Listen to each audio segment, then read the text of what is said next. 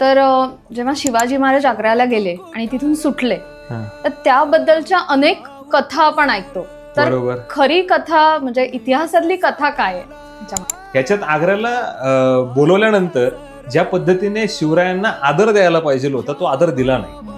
शिवराय अत्यंत थाटात हजारो लोक घेऊन हत्तीवरती बसून आग्र्यामध्ये संभाजीराजांना घेऊन शिवरायांनी प्रवेश केला आणि हा यथायोग्य सन्मान न देता ज्या सरदाराला शिवरायांनी हरवलेलं त्याच्या मागे शिवरायांना उभं केलं जातं. आणि हा मिर्झराजे जयसिंगांचा मुलगा रामसिंग येऊन म्हणतो, बादशाहने तुमच्यासाठी काही उपहार आणि नजराना पाठवलेला आहे तो तुम्ही स्वीकार करा.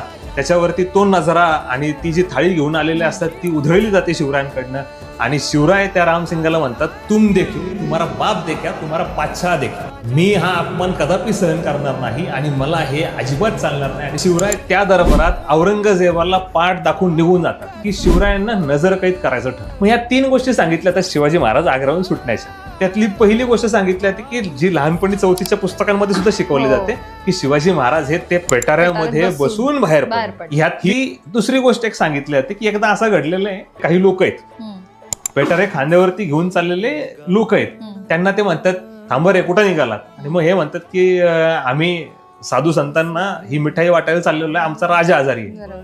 हा जो पेटाराला धरून चाललेला पुढचा व्यक्ती आहे ते म्हणजे छत्रपती शिवाजी महाराज. ही दुसरी कथा सांगितली. आणि तिसरी कथा याच्यात अजूनही अशी सांगितली की शिवाजी महाराज ज्या